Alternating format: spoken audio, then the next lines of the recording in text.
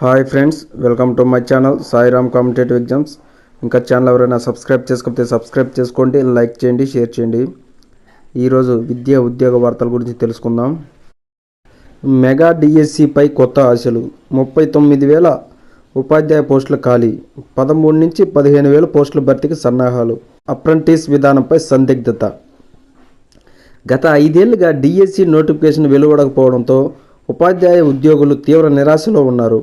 అధికారం చేపట్టిన వెంటనే మెగా డిఎస్సి నోటిఫికేషన్ విడుదల చేస్తామని ఎన్నికల సమయంలో హామీ ఇచ్చిన కూటమి ప్రభుత్వం అధికారంలోకి రావడంతో డిఎస్సి అభ్యర్థుల్లో ఆశలు చిగురించాయి. ముఖ్యమంత్రిగా చంద్రబాబు ప్రమాణ స్వీకారం చేయనుండటంతో ఇప్పటికీ చాలా కాలంగా జాప్యం జరుగుతున్న డిఎస్సి ఫైల్పై తొలి సంతకం చేస్తారని అందరూ భావిస్తున్నారు. గత ప్రభుత్వం 6,100 పోస్టులకు గాను నోటిఫికేషన్ విడుదల చేసింది. ఆ నోటిఫికేషన్ రద్దు చేస్తూ తాజాగా నోటిఫికేషన్ విడుదల చేయనున్నట్టు తెలుస్తుంది. అందుకు సంబంధించిన ఏర్పాట్లు పూర్తి చేయాలని విద్యాశాఖ అధికారులకు ఆదేశాలు అందినట్టు సమాచారం. ఖాళీ పోస్టుల వివరాలు పంపాలని సంబంధిత అధికారులకు మౌఖిక ఆదేశాలు జారీ చేసినట్టు సమాచారం.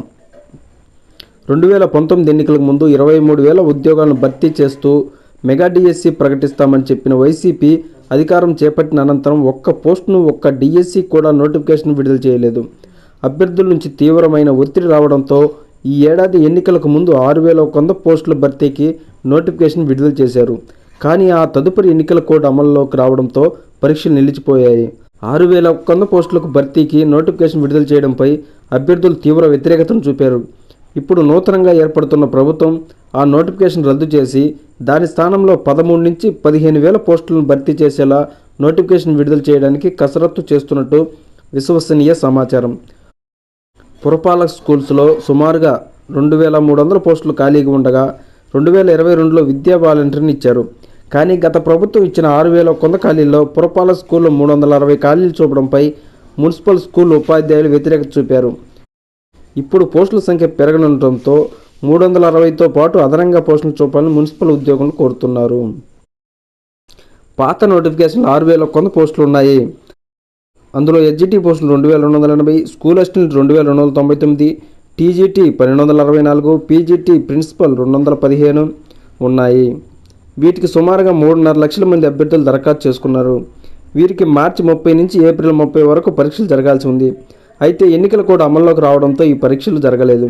ఎన్నికల కోడ్ పూర్తయిన తర్వాత పరీక్ష నిర్వహించాలని ఈసీ పేర్కొనడంతో డిఎస్సి పరీక్షకు బ్రేక్ పడింది. దీంతో పాటు ఉపాధ్యాయ అర్హత పరీక్షను కూడా నిర్వహించారు. ఫిబ్రవరి 27 నుంచి మార్చి 6 వరకు టెట్ పరీక్షలు జరిగాయి. ఈ పరీక్షలకు రాష్ట్ర వ్యాప్తంగా 2,67,559 మంది అభ్యర్థులు హాజరయ్యారు. ఈ పరీక్షల ఫలితాల విడుదలకు ఈసీ బ్రేక్ వేసింది. ఎన్నికల కోడ్ వల్ల పాఠశాల విద్యాశాఖ విడుదల చేయలేదు. దీనిపై నిరుద్యోగ ఉపాధ్యాయ అభ్యర్థులు తీవ్ర అసంతృప్తి వ్యక్తం చేశారు. తాజాగా గతంలో విడుదల చేసిన నోటిఫికేషన్కు కనీసం రెట్టింపు సంఖ్యలో పోస్టులను భర్తీ చేసేలా నోటిఫికేషన్ విడుదల చేయాలని నూతన ప్రభుత్వం భావిస్తుంది. ఈ మేరకు అధికారులకు ఇప్పటికే తగు సూచనలతో ఆదేశాలు జారీ చేసింది. గత ప్రభుత్వం డిఎస్సి నోటిఫికేషన్ విడుదల చేసిన కొద్ది రోజులకి అప్రెంటిస్ విధానాన్ని అమలులోకి తీసుకొచ్చారు. డిఎస్సి పరీక్షలు అర్హత సాధించి 2024-25 విద్యా సంవత్సరంలో విధుల్లోకి చేరే అభ్యర్థులకు అప్రెంటిస్ అమలు జీవో విడుదల చేశారు. గౌరవ వేతనం తరహాలో బేసిక్ పే మీద తొలి ఏడాది ప్రతి నెల 50%, రెండవ ఏడాది 60% చొప్పున జీతం చెల్లించినట్టు ఉత్తర్వుల్లో పేర్కొన్నారు. 2 ఏళ్లు ముగిసిన తరువాత యథావిధిగా ప్రస్తుతం ఉన్న ఎస్జిటి, ఎస్ఏ, పీజీటీల బేసిక్ పే ప్రకారం జీతాలను చెల్లించేలా అప్రెంటిస్ విధానాన్ని అమల్లోకి తీసుకొచ్చారు. కొత్తగా ఉద్యోగంలో చేరే వారికి తొలి 2 ఏళ్ల పాటు ప్రస్తుతం పనిచేస్తున్న ఉపాధ్యాయులకు ప్రతి నెలా పొందే పిఎఫ్, జీపీఎఫ్, హెల్త్ తదితర బెనిఫిట్లు ఉండవు. ఈ 2 ఏళ్ల పాటు డిజిటల్ విద్యా విధానాలపై ఐబీ సిలబస్ పాఠశాలలో అమలవుతున్న ఇంటరాక్టివ్ ఫ్లాట్ ప్యానల్స్, టోపెల్, ట్యూబులు ఆయా యాప్లపై శిక్షణ ఇవ్వనున్నట్టు అప్పటి ప్రభుత్వం పేర్కొంది. అయితే కొత్త ప్రభుత్వం బోధనేతర పనులకు ఇకపై ఉపాధ్యాయులకు అప్పగించకుండా చర్యలు తీసుకుంటున్నట్టు అధికారులు చెబుతున్నారు.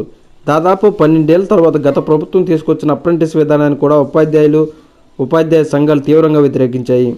నూతనంగా డిఎస్సి నోటిఫికేషన్ ప్రకటించిన నేపథ్యంలో అప్రెంటిస్ విధానంపై నూతన ప్రభుత్వం ఎలాంటి చర్యలు తీసుకుంటుందో అని అభ్యర్థులు ఆసక్తిగా ఎదురుచూస్తున్నారు. కేజీబీవీ టీచర్లకు 35% పనితీరు ఉంటేనే ఒప్పంద పునరుద్ధరణ. గత ప్రభుత్వం తీసుకున్న నిర్ణయంపై తాజాగా ఎస్ఎస్సీ ఆదేశాలు. పాత విధానం పాటించాలంటూ ఉపాధ్యాయునులు ఆవేదన. కస్తూర్బా గాంధీ విద్యాలయాల్లో పనిచేస్తున్న ఉపాధ్యాయునిలు ఒప్పంద సర్వీస్ పొడిగింపై గత ప్రభుత్వంలో తీసుకున్న వివాదాస్పద నిర్ణయాన్ని తాజాగా అమలు చేస్తూ సమగ్ర శిక్ష అభియాన్ ప్రాజెక్ట్ డైరెక్టర్ ఆదేశాలు జారీ చేశారు. కొత్త ప్రభుత్వం కొలువు తీరకపోయినా సంబంధిత దసరాని పాఠశాల విద్యాశాఖ పంపి అక్కడి నుంచి ఎలాంటి నిర్ణయం రాకుండానే ఒప్పంద సర్వీసులపై ఆదేశాలు ఇచ్చారు. కేజీబీవీలో పనిచేస్తున్న ఉపాధ్యాయులను ప్రతిభ ఆధారంగా సర్వీస్ పొడిగించినట్టు ఉత్తర్వులు పేర్కొన్నారు. ప్రతిభను అంచనా వేసేందుకు కొన్ని పాయింట్లు ఇచ్చి వాటి ఆధారంగా మార్కులు నిర్ణయించారు. వీటిలో 35% కంటే తక్కువ మార్కులు వచ్చిన వారిని సర్వీస్ పునరుద్ధరణ నిలిపివేయాలని, వారి విషయంలో కొత్త ప్రభుత్వం నుంచి ఆదేశాలు వచ్చిన తరువాత తదుపరి నిర్ణయం తీసుకోవాలని ఉత్తర్వుల్లో వెల్లడించారు. రాష్ట్ర వ్యాప్తంగా 352 కేజీబీవీలు ఉన్నాయి. ప్రిన్సిపల్లు, సిఆర్టీలు, పీజీటీలు విధులు నిర్వహిస్తున్నారు. ఏటా ఏప్రిల్ 30న ఒక్కరోజు విరామంతో మే 1వ తేదీ నుంచి సెలవులను పునరుద్ధరించేవారు. ఈసారి ఏప్రిల్లో 2 రోజుల విరామంతో జూన్ 9 వరకు ఒప్పందాన్ని పొడిగించారు. తాజాగా ఈ నెల 11 నుంచి సర్వీస్ క్రమబద్ధీకరణకు పనితీరు సూచికలు నిర్ణయించారు. విద్యార్థుల ప్రవేశాలు, 6-9 తరగతుల వారికి వచ్చిన మార్కులు, 10 ఇంటర్మీడియట్ పబ్లిక్ పరీక్షలో వచ్చిన మార్కులు, ఉపాధ్యాయుని సెలవులు, విధులకు ఆలస్యంగా రావడం, శిక్షణకు హాజరు కావడం, జాతీయ రాష్ట్ర అవార్డులు పొందడం, స్థానికంగా నివాసం ఉండటం, క్రమశిక్షణ చర్యలను కలిపి హోదాల వారీగా 100 మార్కులు నిర్ణయించారు. వీరి సర్వీస్ పొడిగించాలంటే కనీసం 35% మార్కులు రావాలని నిబంధన తీసుకొచ్చారు. పనితీరు ఆధారంగా కేజీబీవీ బోధనా సిబ్బంది పునరుద్ధరించే విధానాన్ని రద్దు చేయాలని ఏపీ సమగ్ర శిక్ష ఒప్పంద పొరుగు సేవల ఉద్యోగుల సమైక్య ఐకాస గౌరవ అధ్యక్షులు డిమాండ్ చేశారు. పాత పద్ధతులు అందరి సర్వీసును పునరుద్ధరించాలని కోరారు. Okay friends, thank you. All the best. Video నచ్చితే లైక్ చేయండి, షేర్ చేయండి, సబ్స్క్రైబ్ చేయండి.